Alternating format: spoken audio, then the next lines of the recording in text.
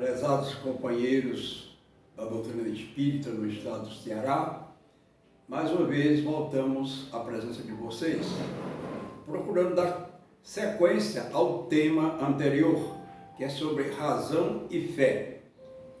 Vamos hoje, naturalmente, trabalhar o Livro dos Espíritos, do Sr. Allan Kardec, porque ele foi fundo, as respostas que ele recebeu por 12 espíritos considerados consoladores. Então, é mais seguro citar a sua obra, que é o Livro dos Espíritos, do que passarmos para outro assunto. Vamos trabalhar essa mensagem. Na questão 629, do Livro dos Espíritos, Kardec diz: a moral é a regra boa da boa conduta e, portanto, da destinação entre o bem e o mal. É fundamental sobre a observação da lei de Deus. O homem conduz bem quando faz tudo visando bem e para o bem de todos, porque estão observando a lei de Deus. E todos os meus irmãos verificam nessa pergunta 629 de Allan Kardec, em que ele traz para a nossa reflexão essa regra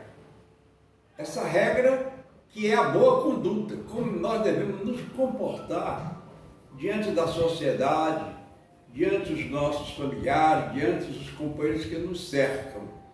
E sempre que é possível, usando um pensamento elevado, palavras mais coerentes com o atual mundo em que estamos vivendo. Procurar colocar de lado assuntos que não têm nada a ver com o nosso interior, às vezes até fere. Então, essa pergunta serve de uma reflexão muito profunda, porque a moral é a regra da boa conduta e, portanto, da distinção entre o bem e o mal. Então eu espero que os companheiros busquem ler no Livro dos Espíritos a pergunta 629 e se aprofundem no assunto. É até bom para quando nós nos encontrarmos a gente dialogar mais sobre o assunto. Já na pergunta 617 do Livro dos Espíritos, ele pergunta: que objetivos abrangem as leis morais? Concerne outra coisa que a conduta moral? Ele perguntou aos espíritos. Essa pergunta Kardec dirigiu aos espíritos. Vejamos que os espíritos responderam a Allan Kardec naquele momento. Todas as leis da natureza são divinas, porque Deus é o autor de todas as coisas. O sábio estuda as leis da matéria e o homem de bem estuda as leis da alma e as pratica. Vocês vejam que existe uma distinção aí. Tem as leis de Deus e tem as leis dos homens. Vocês estão verificando aí. Então, as leis dos homens, é claro, é dirigido por aqueles que na parte de direito, na parte da justiça, é outras coisas. E a lei de Deus é uma lei de conduta moral. É uma conduta moral que nós devemos olhar com muita segurança.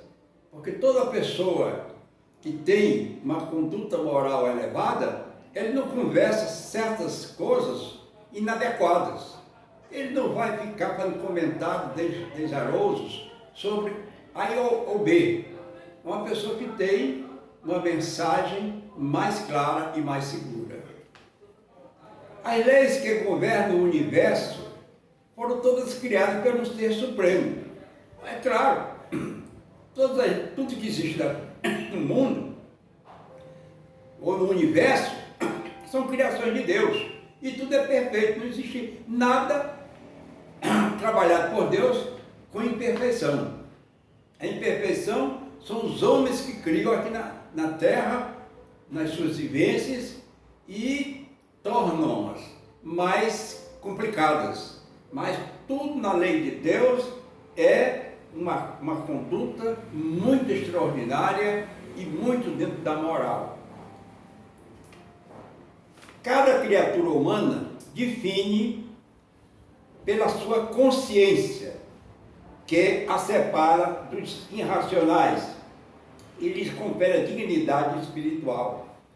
Consciência de que somos e do que fazemos.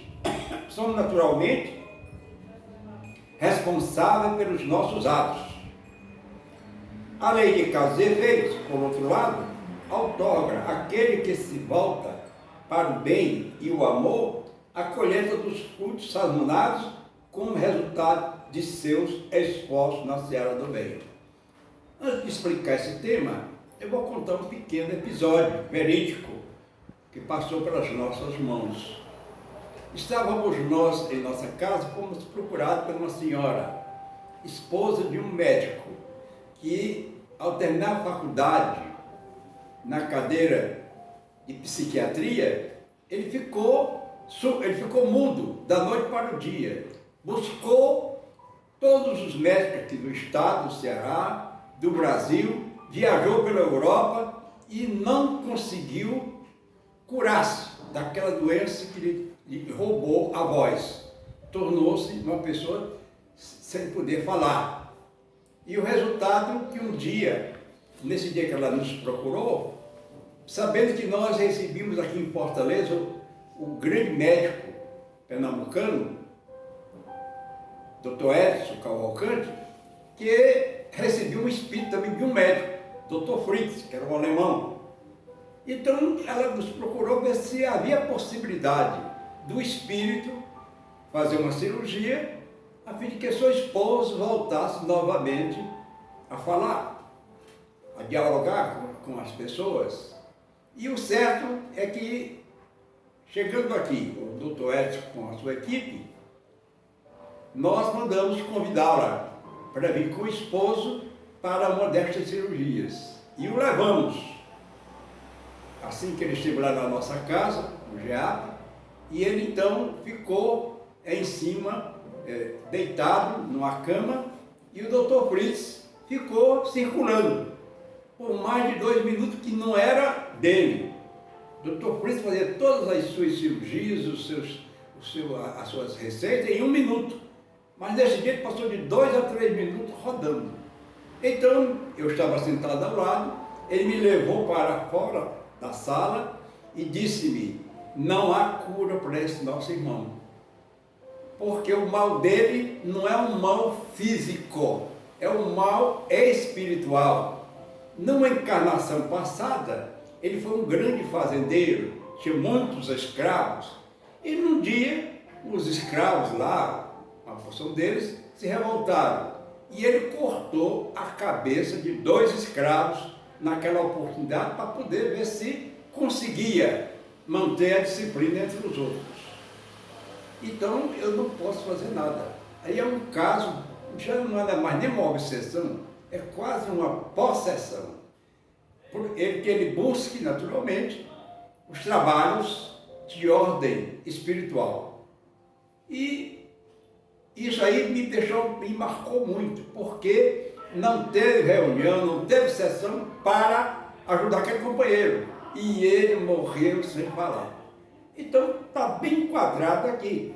Cada criatura humana se define pela sua consciência, que a separa dos irracionais e lhes confere a dignidade espiritual. Consciente que somos e do que fazemos, somos naturalmente responsáveis pelos nossos atos.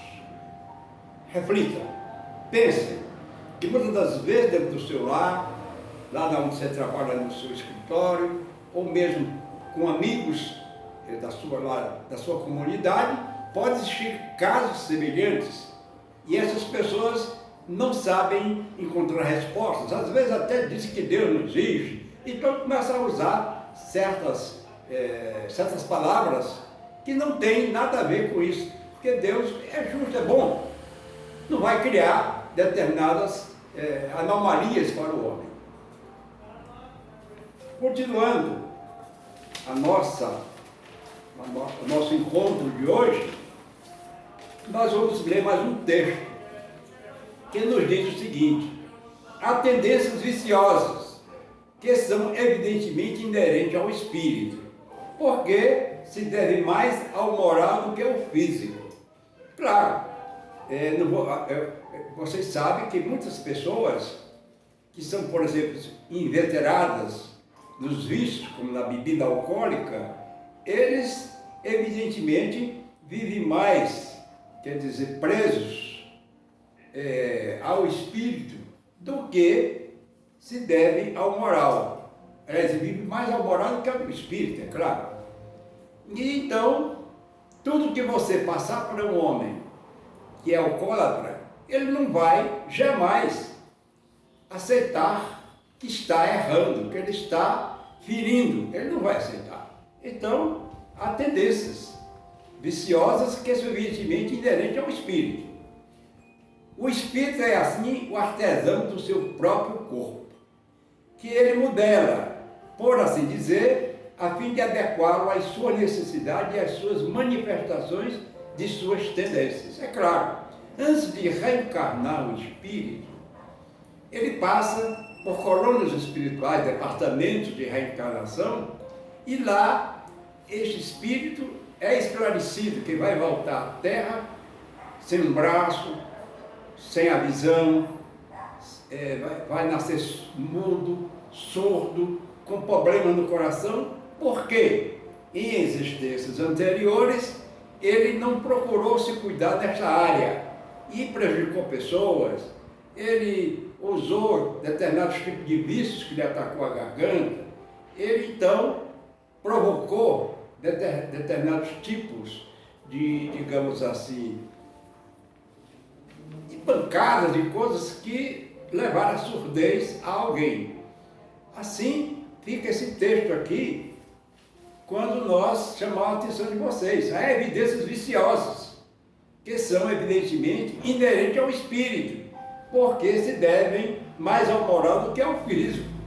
Ele, ao adentrar nesses antros de perdição, de vícios e de erros na terra, ele vai automaticamente, é claro, atingir o seu corpo físico. Morre a tempo de tempo. O cara que é viciado em fumo e cigarro, nós sabemos que é um suicida que a qualquer momento poderá desencarnar, porque a nicotina vai atacar os seus pulmões, atacar os seus órgãos e ele vai morrer antes do tempo. Então, é uma coisa dele, é uma tendência do espírito. Consideramos o espírito não em seu ponto de partida, mas no momento que, manifestando-se nele, os primeiros germes do livre-arbítrio e do senso moral. Claro, o espírito, ele, claro que ele sabe que vai passar por provas que ele já viu antes de nascer, e naturalmente se ele não chega num lar e não recebe uma educação clara, uma educação que possa lhe mostrar o futuro que o espera na jornada daquele corpo que ele está habitando, ele poderá naturalmente ficar, se não tem uma noção de Deus, da vida depois da morte, entrar no estado de revolta. E no estado de revolta, muitos deles suicidam-se, é claro. Outros entram pelas vias dos vícios, dos crimes.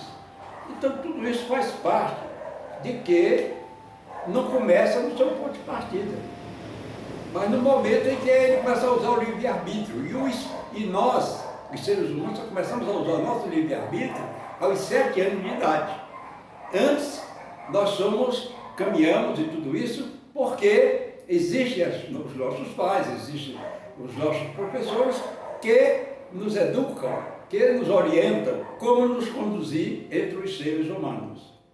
Todo ser humano traz no interior de sua consciência e dentro da razão os rudimentos das leis morais. Todos nós trazemos, queiramos ou não. Porque a gente vê, por exemplo, uma pessoa que tem instintos maléficos, instintos terríveis, ele adora a mãe, abraça a mãe quando vê, chora, porque dentro dele existe esse sentimento extraordinário e a razão que ele fala mais alto. E dentro dessa razão, ele claro, busca, através daqueles seus sentimentos, transferir para sua mãe, que apesar de ele ser grosseiro, mas dentro dele existe aquele germe do amor, do bem e de querer um dia adquirir a sua paz. Nem no que toca às leis morais, a doutrina espírita oferece o conhecimento, a experiência e a prática necessária para que seja aplicado o livre-arbítrio em nossas vidas. Ora, meus queridos, é preciso verificar. Todos nós temos, desde como eu expliquei para vocês há instante, que a partir dos 7 anos de idade, nós nos libertamos e começamos então a ter primeiras noções de que somos punidos porque erramos. Os nossos pais às vezes batem, às vezes nos dão castigos, às vezes falam até um pouco grosseiro conosco, mas não é porque eles são maus não, é porque eles querem que nós vamos crescendo com uma conduta moral capaz de nós usarmos a razão para a comunidade, para o nosso próximo, para aquele que nos buscam. Portanto, vamos lutar, queridos companheiros, dentro da razão e da fé, porque usando a fé e a razão, nós poderemos não só espiritualizar os nossos filhos, como também poderemos levar os companheiros que nos cercam segurança de estarem perto de nós e receber de nós uma mensagem de muito amor e carinho. Que Jesus nos abençoe hoje e sempre.